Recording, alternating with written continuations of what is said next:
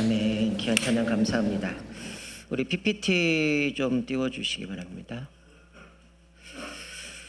네, 아마 여러분 뉴스에서 보셨을 겁니다. 2010년도에 칠레 광산 사고로 인해서 뉴스에 아주 크게 나왔던 적이 있습니다. 이제 광산이 매몰돼서 33명의 광부들이 한 2달여 만에 구조됐던 사건입니다.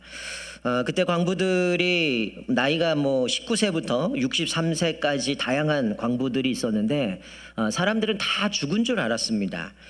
그리고 17일 정도 지나서 생존자 확인을 위해서 그 땅을 팔고 이제 그 드릴로 이제 그들을 확인하기 위해서 팠을 때에 드릴이 이제 땅에서 올라올 때에 쪽지 하나가 거기에 매달려 있었습니다. 거기에는 우리 33명 모두 다 피난처에서 모두 건강하게 우리 생존하고 있습니다라는 쪽지가 올라왔죠. 그래서 사람들은 난리가 났습니다. 다 죽은 줄 알았는데 17일이 지났으니 당연히 죽었을 거라고 생각을 했는데 그들이 살아있다라는 모습 가운데 이제 환호를 하고 많은 기대들을 가지고 이제 52일 후에 무사히 전원들이 다 그 전원이 구조되었습니다. 저 그림처럼 이제 캡슐을 타고 한 사람씩 올라오는데 아마 처음 사람이 구조됐을 때 난리가 났죠. 이 죽을 줄 알았는데 사람이 살아났다. 그래서 마지막 광부가 이제 지상에 올라왔을 때 사람들 더 크게 환호성합니다. 왜냐하면 33명 모두가 다 거기서 구조가 됐기 때문이라는 거죠.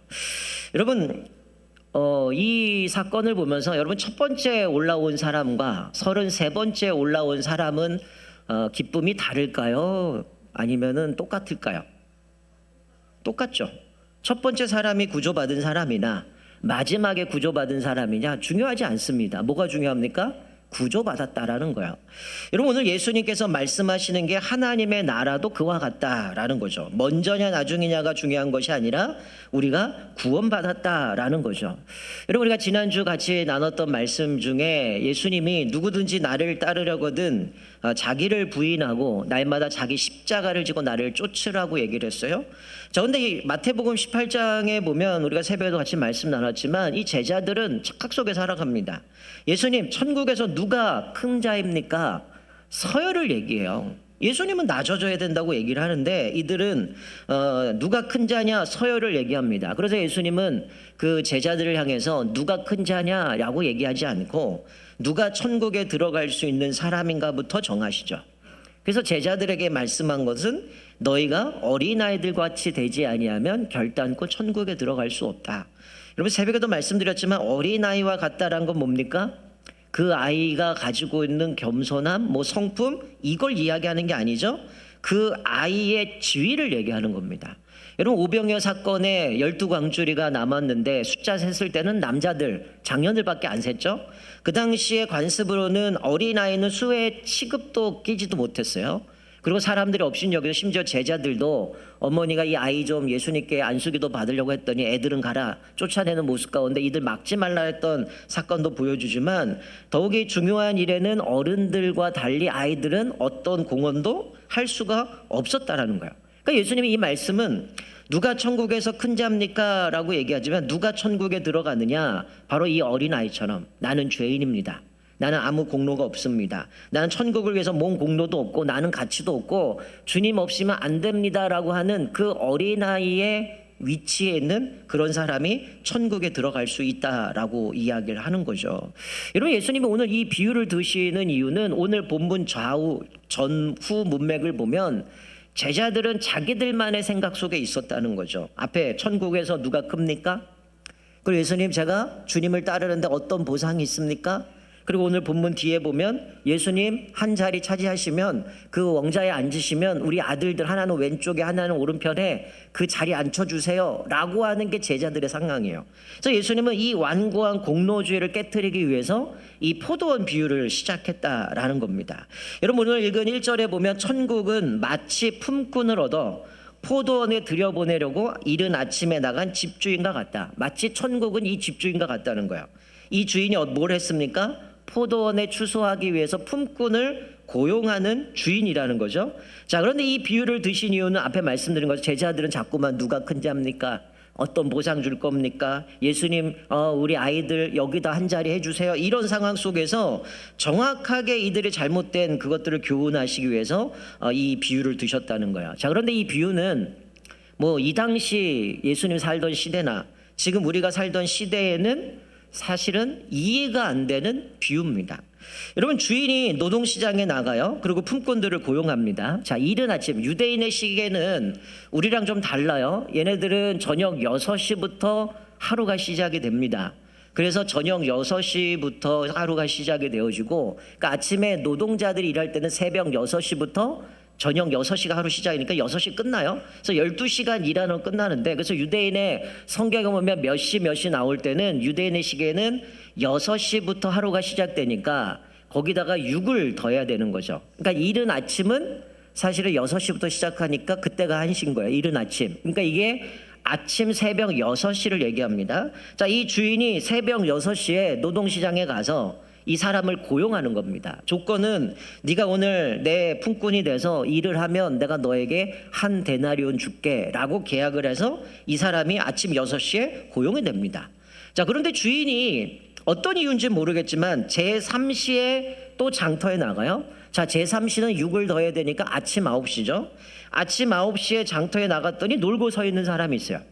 이 놀고 서 있다라는 거는 오해하시면 안 되는 게 이 사람이 빈둥빈둥 노는 게 아니고 고용이 안 돼서 누가 좀 나 좀 써주기를 기다리는 사람이죠. 그래서 이 사람이 9시에 이제 그 주인이 만나는데 이 사람이 놀고 있으니까 그 사람에게도 동일하게 그 사람을 고용을 합니다. 자, 근데 오늘 본문 말씀해 보면 아침 9시에도 사람을 부르고 또 오전 12시, 그러니까 오후 12시에도 품꾼을 부르고 그리고 오후 3시에도 품꾼을 부릅니다. 그런데 이들에게 동일하게 뭐라고 얘기냐면 내가 너희들에게 상당한 값을 지불하겠다. 이 얘기는 그 사람에 맞게 그 일한 대가로 노동값을 지불하겠다는 거예요. 자, 근데 저 그래프를 보시면 여러분, 정상적으로 사람들을 고용한다면 아침 6시에 내가 오늘 이 일을 해야 되니 몇 명을 고용을 해서 하루 종일 12시간 일 시켜갖고 내가 이걸 해야지. 이게 상식인데 여러분, 11시라고 되어 있는 저 시간은 저녁 5시입니다. 6시에 일이 끝나는 시간이라면 일반 하루 노동자가 일하는 마지막 1시간 남아있는 시간에 사람을 고용하는 거예요. 그 사람에게 고용을 하는데 너 지금까지 왜 놀고 있느냐 그랬더니 아무도 나를 안 써줍니다. 아마도 이 사람은 어떤 그 기술에 아니면 포도원이니까 그거에 있어서 능숙하지 않은 사람이든가 아니면 초짜든가 뭔가 좀 있어서 사람들이 고용하지 않았겠죠. 근데 이 주인은 그 사람도 동일하게 고용을 합니다. 너도 들어가라. 1시간밖에 안 남았어요. 근데 그 사람에게도 그곳에 들어가서 포도원에 가서 일을 하라는 거야. 자, 그리고 1시간이 지났겠죠. 여러분, 유대인들은 6시, 저녁 6시가 딱 되면 하루가 시작되어지잖아요. 그러니까 저녁 6시가 되면 그 사람이 노동한 값을 그날 지불합니다. 그래야 이 사람이 그걸 가지고 집에 가서 먹을 걸 사갖고 가든지 자기 생계를 챙기기 때문에 그때 주는데, 자, 이 주인이 청지기에게 심부름을 시킵니다. 너 지금 일한 사람들 돈을 줘야 되는데, 자, 마지막에 온 5시에 온 사람부터 시작해서 새벽 6시에 나온 사람까지 다 삭슬 주라는 거야. 자, 그래서 사람들이 이제 불렀겠죠. 그런데 오늘 주인은 시킨 이 청지기가 어떻게 합니까? 주인이 시킨 대로 하겠죠. 5시에 고용된 사람에게 한 데나리온을 주는 거예요.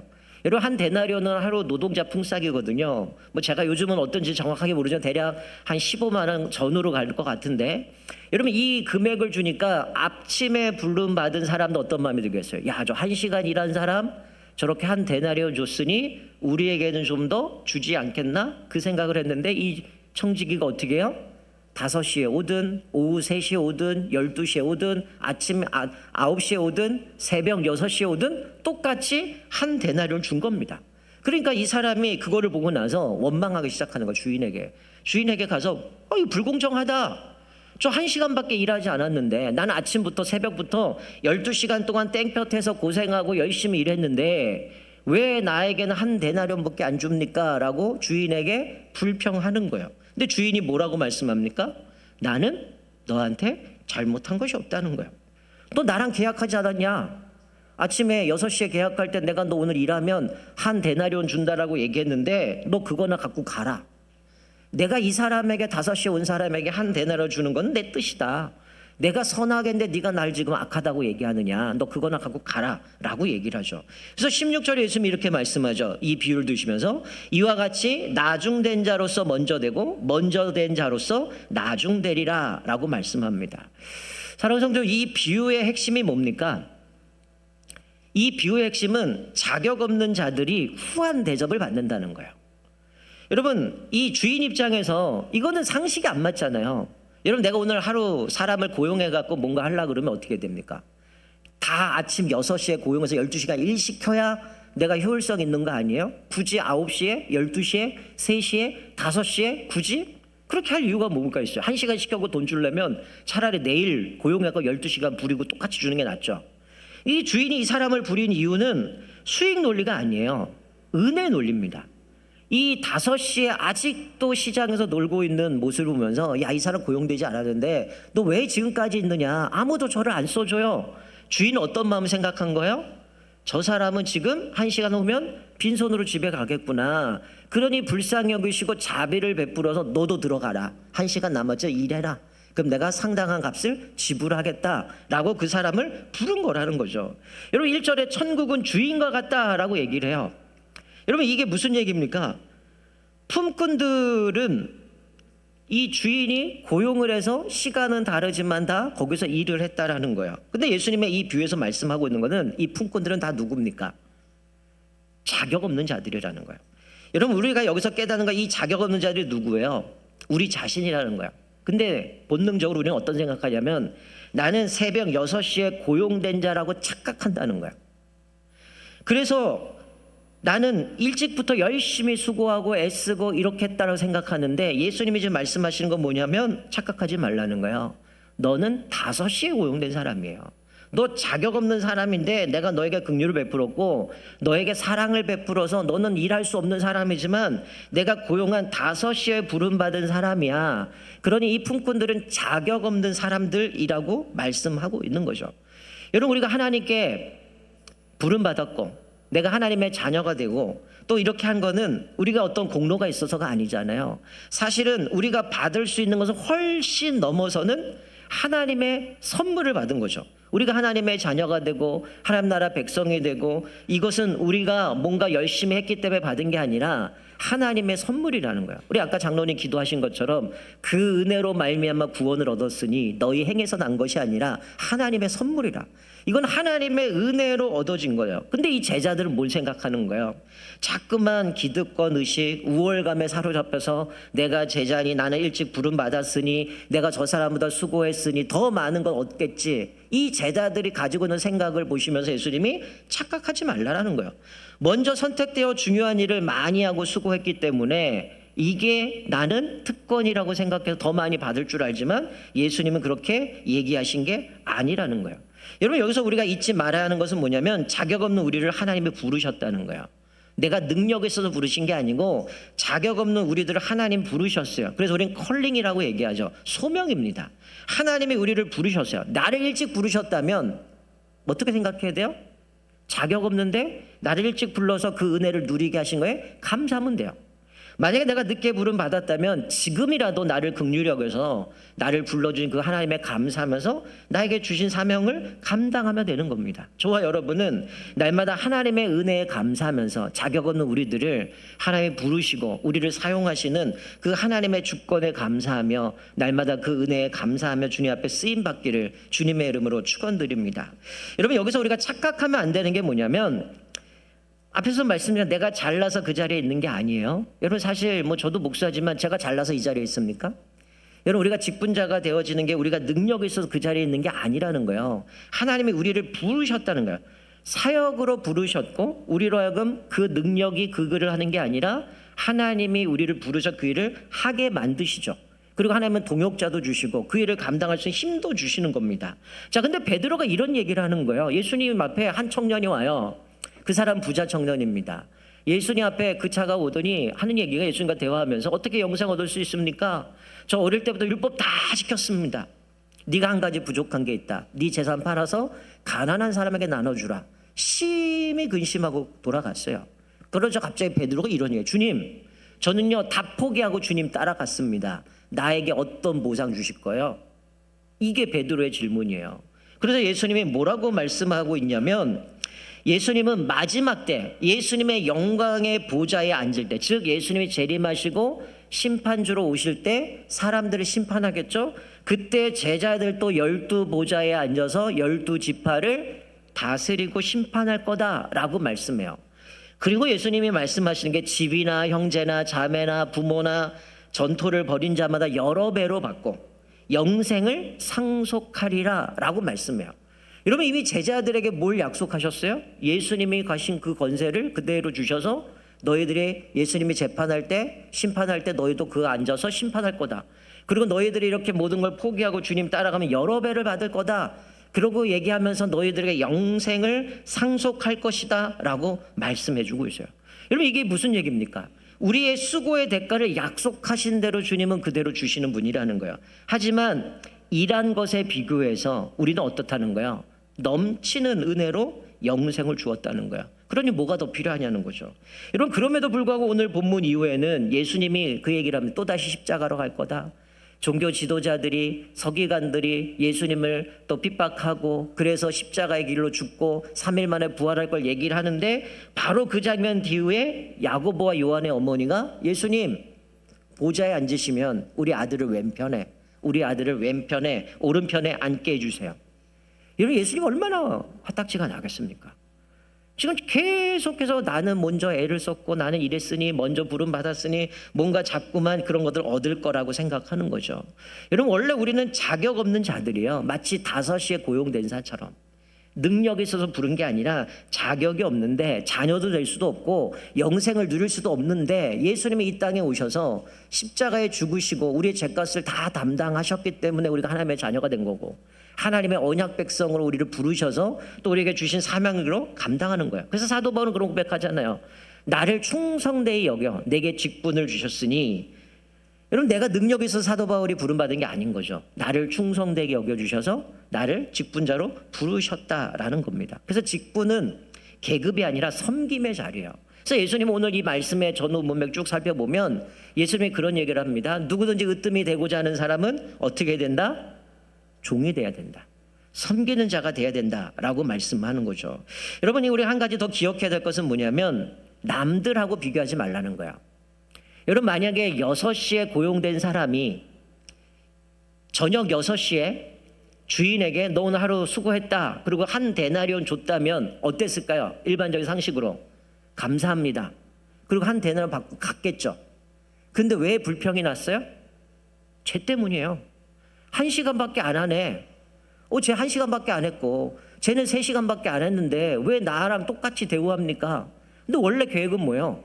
한 데나리온 받기로 돼 있다는 거예요. 여러분, 비교하지 않으면 우리는 그렇게 불평할 일이 없어요.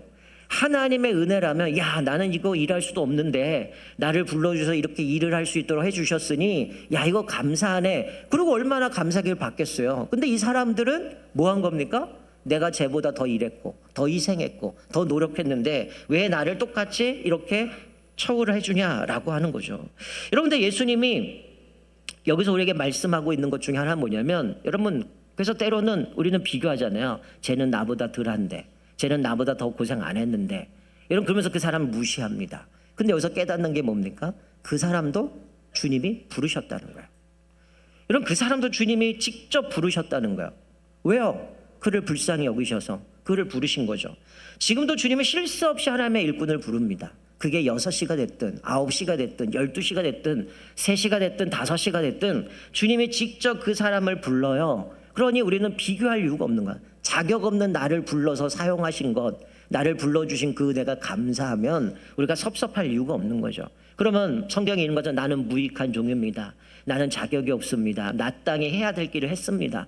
우린 청지기로서 그 일들을 감당하며 살면 되는 겁니다. 저와 여러분들은 날마다 하나님의 부르심에 응답하며 맡겨진 일에 청지기로 충성하며 사시기를 주님의 이름으로 축원드립니다. 여러분, 베르나르라는 분이 이런 이야기를 했어요. 만약 우리가 하나님께 순종한 것에 대해 보상을 요구한다면 그것은 하나님보다 보상을 더 사랑하는 것이다. 하나님을 사랑하는 영혼은 그가 사랑하는 하나님 외에 다른 보상을 구하지 않는다.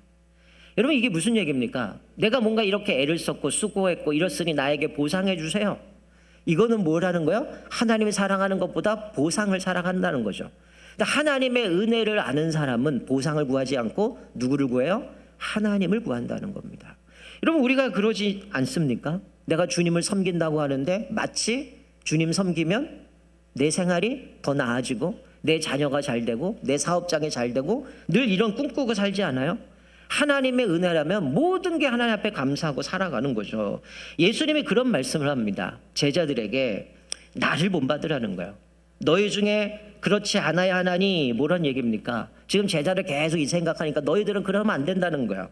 너희 중에 누구든지 크고자 하는 자는 너희를 섬기는 자가 되고 너희 중에 누구든지 으뜸이 되고자 하는 자는 너희 종이 되어야 하리라. 자, 그리고 28절에 이렇게 말씀하죠. 인자가 온 것은 섬김을 받으려 함이 아니라 도리어 섬기려 하고 자기 목숨을 많은 사람의 대속물로 주려 함이니라. 여러분 예수님이 굳이 뭐하러 내려옵니까? 인간의 모습으로 와서 그렇게 욕 얻어먹고 그렇게 고난받고 굳이 십자가, 로마 시대의 가장 극형에 해당되는 저주받은 벌인데 굳이 예수님이 십자가에 올라갈 일이 뭐가 있냐는 거예요. 근데 예수님이 이 땅에 오신 이유는 나는 섬김 받으러 온 게 아니라 섬기러 왔다라고 얘기를 해요. 모든 많은 사람들의 자식의 목숨을 많은 사람의 대속물로 주시기 위해 예수님이 십자가에 가셨던 거. 예수님이 겟세마네 동산에 할 수만 있다면 이 잔을 내게 멀게 해주십시오. 그러나 주님의 뜻이라면 내가 그 잔을 마시겠습니다. 예수님은 끝까지 순종하셨던 모습을 봅니다. 여러분 우리는 공평함에 대한 질문을 던집니다. 모든 것이 은혜롭게 하나님은 우리에게 다 영생을 주셨어요. 근데 우리는 생각한 것보다 훨씬 많은 것을 주셨음에도 불구하고 왜 우리는 불평할까요? 다른 사람을 보면 불평하죠. 왜 저 사람에게 더 관대하냐는 거예요. 내가 받은 은혜는 생각 안 하는 겁니다. 저 사람에게 관대하냐고 불평하는 거죠. 그러나 우리가 오늘 깨닫는 건 뭐냐면 보상이 아니라 주님 앞에 집중하라는 거예요. 나에게 은혜 베푸신 주님, 자격 없는 나를 사용하신 주님, 나에게 변함없이 내가 수고하고 애쓰면 하나님 그거 주시는 분임을 말씀하는 거죠. 여러분 지금 예수님이 말씀하신 거 애쓰고 노력한 사람들 무시해라 이거 아닙니다. 그분들 수고하고 애쓴 거 알아줘야죠. 근데 그게 나만의 뭔가 특권이라는 생각하지 말라는 거예요. 우리는 다 자격 없는 사람이라는 거예요. 주님 앞에 뭐 하나 드러낼 수 없는 사람이라는 거죠. 우리 천산에 온 성도님들은 날마다 보상이 아니라 주님의 은혜에 기억하시면서 주님께 집중하시고 주님을 뜨겁게 사랑하시길 주님으로 축원드립니다.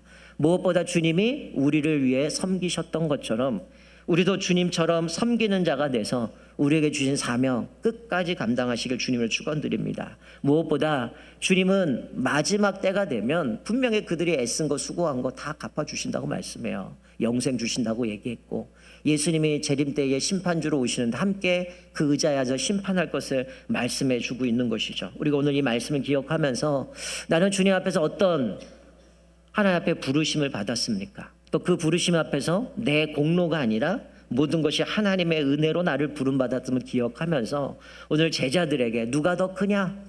나에게 어떤 보상을 주실 겁니까? 하나님 이제 예루살렘에 올라가면 나에게 한 자리 주십시오. 이게 아니라 나처럼 섬기는 자가 된다. 종이 되어야 된다. 섬기는 자가 되어야 된다라고 말씀하신 것처럼 우리를 부르신 하나님의 그 부르심에 감사하면서 날마다 그 안에서 또 은혜 안에서 오늘도 우리에게 주신 사명 따라 주님 앞에 믿음으로 감당할 때 또 착하고 충성된 종이라 또 참된 자유와 기쁨을 누리는 저와 여러분 되시기를 주님의 이름으로 축원드립니다. 아멘. 우리 다 같이